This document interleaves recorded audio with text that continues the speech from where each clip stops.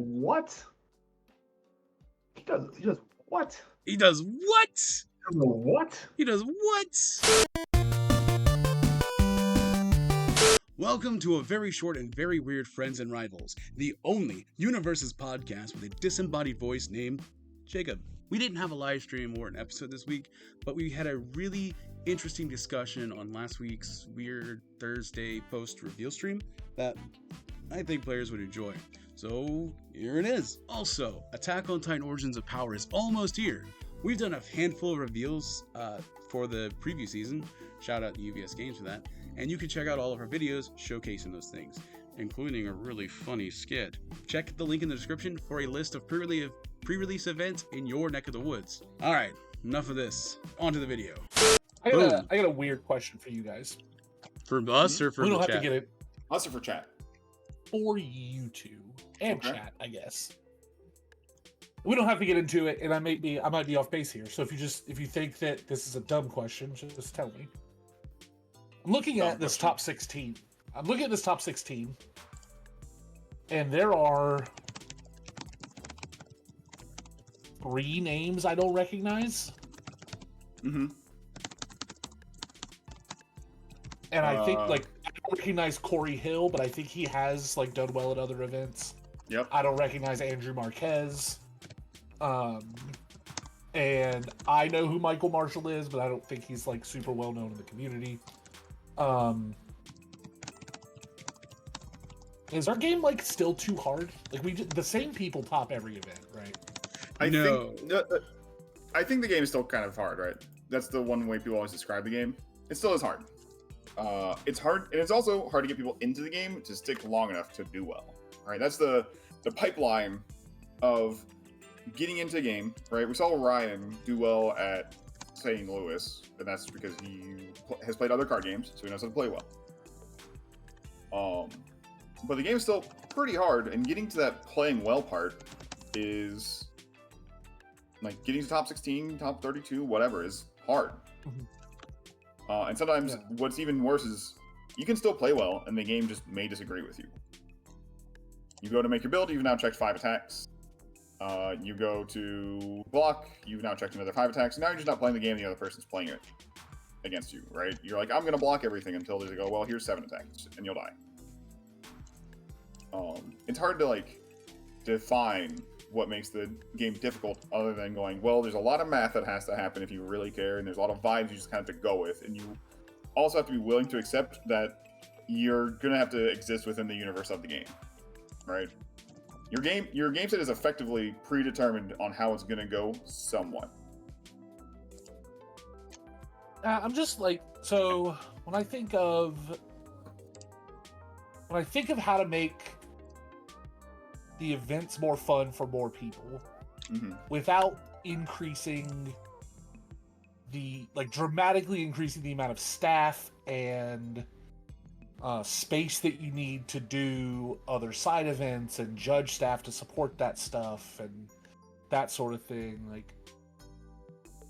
Man, it feels bad if you're 80% sure you're not making top cuts when you go to an event. Yeah, because the same 30 people top cut every event. Yeah, the worst thing is my round 1 opponent dropped halfway through the day because he was 1-3 at that point. And and I knew he was a new player. He told me, and I'm like, man, that I want to find a way to encourage him to play through the rest of the day. But it's hard to be get the experience in, or it's a rough game on your emotions more than I think Magic and stuff is, right? Magic, you just kind of go, cool, I didn't draw lands, done, right? I didn't draw enough answers, cool. I know I have 4 of them in the deck, nothing I can do about it. Sometimes in UVS, the game just disagrees with what you want to do and what your game plan is. I don't know. Jacob, I on your face and the way you reacted, I think you disagree with my viewpoint. Not gonna lie to you. Let me see. And there are exceptions. While you think about it, there are exceptions, right? Because Calvin is a relatively new player. But isn't Calvin also a Yu-Gi-Oh player? He's not also a gonna Yu-Gi-Oh lie. player, I believe. Him and Ryan are both very good long-time Yu-Gi-Oh players. Mhm. But like he's topped every event this year. Mhm. So I'm And not he's gonna still lie to well you. world too. Yeah. I was kind of distracted for a few minutes there, looking up some stuff and sending some message, getting some stuff done. So I didn't actually listen to anything you guys said. Not out of like disrespect or anything, but out of like the other stuff. What was the question? Is the game still too tough? Right. We're seeing the same winners, like the same top cuts of each event. Is the game still too tough to get new people in and get them up to the skill level that they can play at top cuts? Right. Magic, you can kind of get by and get to like day 2, maybe do pretty well, even as a new player. So, Or Yu-Gi-Oh, or Digimon, or any of those.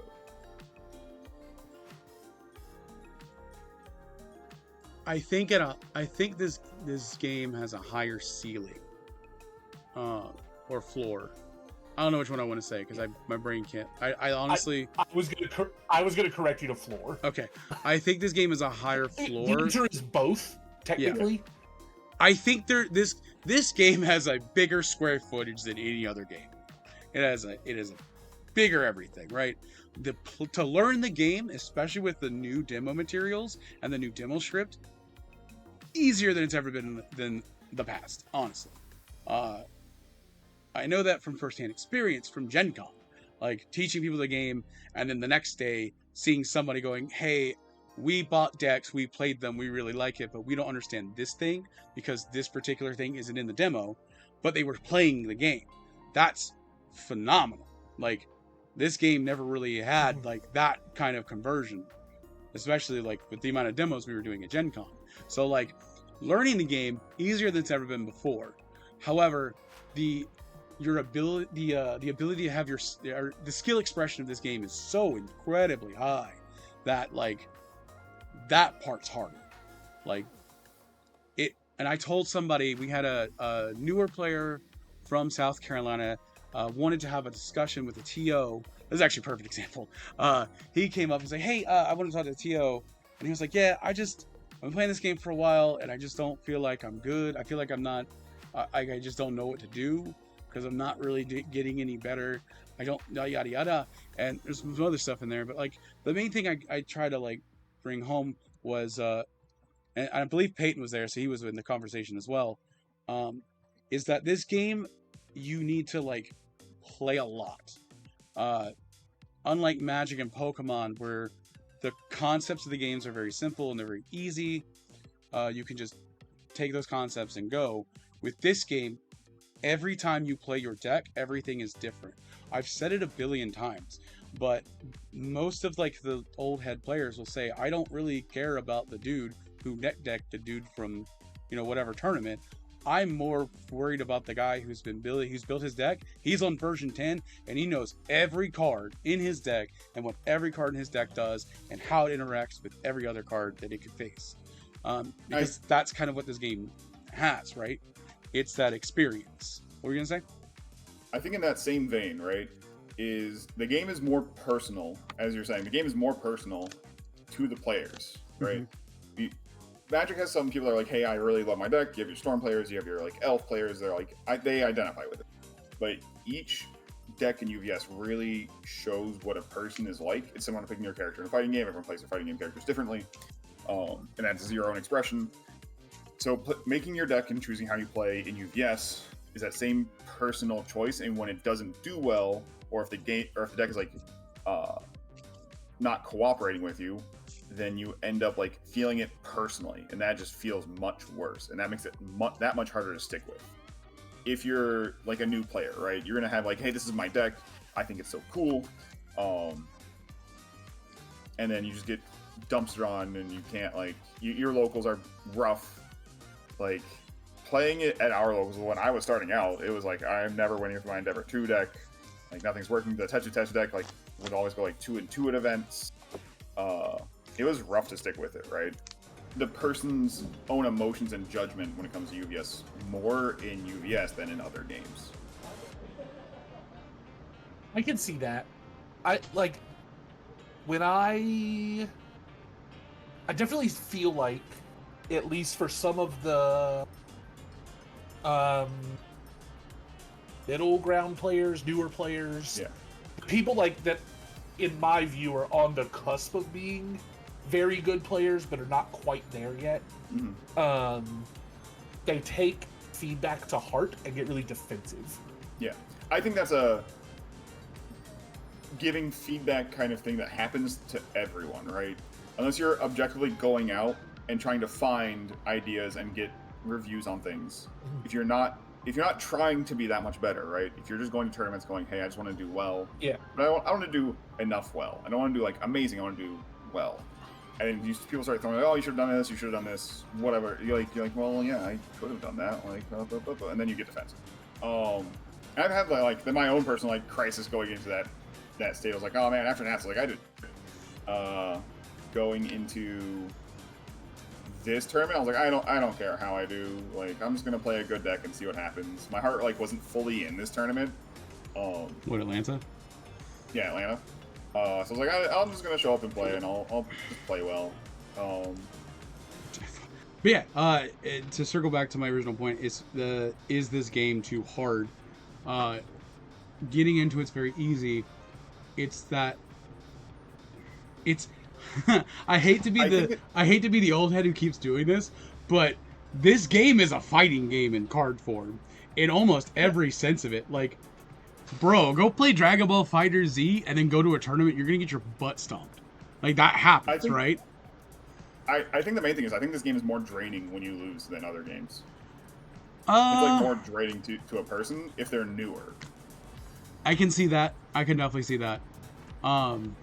I do find that people that play fighting games, and like I said, I'm just gonna be that old head who keeps saying it over and over again. The people that play fighting games, they like competitively or like for like as with their favorite video games and stuff like that, they understand the notion of, you know, getting your lumps. And a lot of like TCG players right now kind of don't have that mindset or mentality where I have the best deck, I should be able to play with it like 5 times and I should be able to win. When this game is specifically harder than that, right? Yeah. And that's the thought process like I used for going into this week. I'm going like, well, my fun character that is good wasn't working, so I'll play the other character that I'll play my backup good character, right? Yeah. And I'll just go jam the tournament. I can do that all day. I played Rodan all day. It was But you put intensive. You put the effort into that deck though, so like it makes sense that you would do really well at that event with a character that you played a ton of. And the vibes were going well for you. Yeah. Listen, 6 high for 18, or sorry, it was like 9 high for 18 ascend to battles. So good. But like, I'm gonna be real with everyone. If you are new to the game and you're in that weird part, I want to give it a name, and I don't really have a name off the top of my head. It's the beginner's trench is probably the best way to put it. Beginner's trench. We'll call it that. I like that. You're in that beginner's trench where you've learned the game, you've played a little bit, but you're definitely like, you're trying to climb out of that trench and you keep slipping and falling back in. You just do kind of have to keep climbing. But my advice would be to don't get upset when you lose, play more, and most importantly, find a couple of friends, players, rivals, that you can play with over and over again, so that you can get out of it. You know, this game will definitely reward you for playing more and understanding how your stuff goes. I know it's kind of a cop out. And also playing a lot of other decks. True. Like this game really rewards you playing other characters just to see what their game plan is. If you you'll learn more cards. You have to know what cards are in this game. There's so many weird people that have like, oh cool, you have the occasional spicy one-ofs, but as the game becomes more popular, I think we're seeing more 4-ofs get played, so you kind of know what their decks are doing. And on top of that too, like another thing that you can do is, and I told this to the player that came up to the TO station, I told him I beat Jacob with Shoji 1. I don't want to hear it. Another thing you can do is shout out to Tamron Cardwell. Go to his channel. He has deck doctors. one of the best things you can also do is listen to people tell you why they put cards in their deck, how they've been doing, and someone going, that's neat, but this card does this a little bit better, and here is why. Just that explanation of how cards work. That'll get those gears turning, and you'll have that aha moment at some point, right? I really want. Whoa, sorry, something sounds really weird from my audio. You're good. Josh, what is your perspective? Because you are our best new player. Our zero to hero, if you will. Yeah. You came on like set 4 or 5 time frame, right? I think you said you played the game once or twice. I learned the game in set 3, and I didn't really stick with it. And then I really started playing more towards end of set 4, beginning of set 5. Yeah. Yeah, and so like you overcame that trench really quickly, I think. What was your perspective like, kind of going through that? Part of it is like it's such a wide game, and you have to find something that you like playing even when you're losing. And that's like I think the most important part. Even finding ways to get gotchas on people, so that way you have fun stories to tell. If you occasionally beat a good person, I don't think when did I ever what was the first time I actually beat you in a game, Zach? I'm trying to remember. I think it was like just me beating you up with Amajiki when we were practicing Forward Nats at that point. Yeah. Because at that point I hadn't won any events. I was playing like Tetsu. I got my Nats invite off of Draft, or not off Draft, off of Sealed. That was playing Fat Gum, right? Playing Fat Gum at 2 a.m. against Rocky, and he already has Nats invite, so I got mine. And I think like. You have to get your tools to help you climb out of the trench. You have to have good locals. You have to have I was messaging Jacob all the time like, hey, what's this? I need to learn these things. I have other card game knowledge, and I was using that to be like, well, what is control in UVS, right? Because I had no idea. I was like, is speed control is doing speed stuff control? Is doing like foundation destruction? Like, how do I actually control what the game does if I'm trying to play control? So I spent more time learning more about how the game is thought of than just playing the game.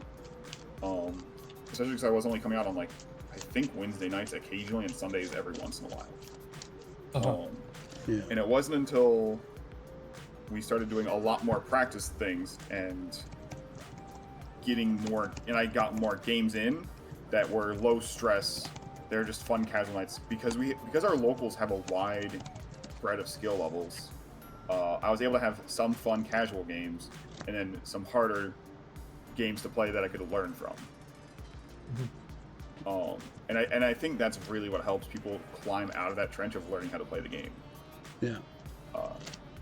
And another thing too, I think it's that mentality when you're going into the game, right? Like, kind of the same thing, but kind of not. When I started playing HeroClix like a billion years ago, when I first discovered what that game was, then that was a game people played. One of the first things one of them told me was, you're gonna lose a lot.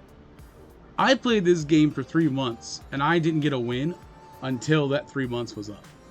Like, that's probably something. It's a terrible thing to tell a new player, right? But like, it's a mentality of like, you're gonna get beat up a lot.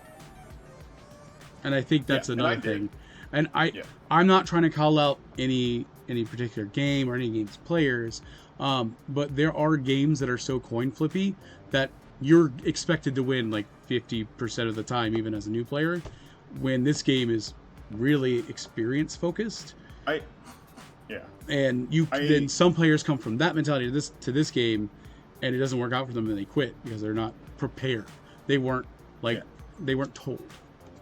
And I think the other part of it, right, is the part that allows people to get into Magic and Yu-Gi-Oh! At this point, and I don't know if Digimon has one, but Pokemon kind of, is UVS really needs to figure out a way that they can get a web, like a phone game, whatever, to play the game. They really need to figure out whatever licensing issues lets them do that. Because it really helps. When you spend less money on the game, right? Sure, 3 years ago, game was a lot cheaper, right? MHA products, very cheap. Except for like the occasional standout like Vile Seasons, Indiscriminate Double Jabs at the time, all that stuff. when you play the game and you buy a product and then you lose and then you keep losing, you go, why did I spend this money? That's that mentality that you get. And so you just want to get rid of your stuff. You don't want to play it anymore. As soon as they get a what helped bridge me into the game is because tabletop existed, and I was able to play games with some friends that were just also learning. I didn't spend money yet, and so I was playing with other people. I'd play with one of our locals, Eric, and I'd be like learning from him. I got bad habits from that, whatever, and then I started beating him, and then I'm like, cool, this is great. Played some of my friends in Colombia over TTS, and my friend in Charlotte, and we were all learning and getting better at the game that way. That scale of not having to spend money on the game right away or spend less money on the game helps resolve the wound of going, I had to make my investment into the game at the time, and so it didn't feel as bad when I lost. Mm-hmm. If you start spending money, you're like, I bought my 4 Walk the Dogs. I'm still losing every game. What happened? Why am I playing this game? Right? That's a mentality you can come out of a night with. If you lose every game, I bought Walk the Dogs, I bought Battle Wars, I'm not winning. What's wrong? What am I doing wrong? Right? Is it me? And that's why. the thought process we have. And that's why I really actually kind of dig a lot of the Challenger Series stuff that's been coming out, because Godzilla Challenger Series, man, those things are cracked. Those are so good. Those are the best, like, medium to X, like that. You know how like Magic and Wizards used to have those like 3 levels. That's the best mid-level product I think they've ever put out for this game. I tell anyone if they're just starting this game, get something or whatever, and then when I would play more, go straight to the Godzilla Challenger Series, because they're so good. They're so well made, and they give you that sense of like I know what I'm doing. I can win with this. And then if you lose a lot, like you said, you don't have that feel bad of like, I paid for Walk the Dogs. And they're really cheap. The Clash decks are great. Like the character selection that comes from them, like even Challenger. the Trigun one or Challenger. Yeah, Challenger. The Challenger decks are great. Like because Tekken's Challenger, right? No, Tekken is Clash, which actually that's a good one too. Yeah, Tekken looks good. The characters they're putting out in these pre-constructed decks are very good starter learning points. They're all fairly powerful, and they're good for beginners. Ignore the Attack on Titans. Yeah, ignore the Attack on Titan. But yeah, my brain died. Sorry. Yeah. No, it's good perspective. I think about our locals a lot, right? Like we just picked up 2 new players. Yep. They said they want to be competitive. And I want to make sure that, like, I know I'm not good at teaching the game. Right? Yep. It's just not a strong suit of mine. We know. I acknowledge it too. I'm not like pretending that I am, right? Well, it's like Jacob was my beginner teacher. Jacob was my kindergartner teacher, and then I had you and Chris to help me like get past that, from like just getting better at the game. Because you both played very differently, and it helped me, like, it opened what else I could be doing. That's a really cool idea, like, Dan. Yeah. I want to make sure that we're able locally to foster, like, the level up kind of system, right? Where you go from, like, a locals player to a locals competitor to a locals winner to a regional competitor to a regional contender. That'd be a cool just, like, series. Yeah, sure. I don't know who would do that because it's not me, but We know. I don't know. Just something I think about from time to time. And Josh, it is your hard cutoff, so Yeah, it is mine. we probably I gotta gotta go. wrap this up.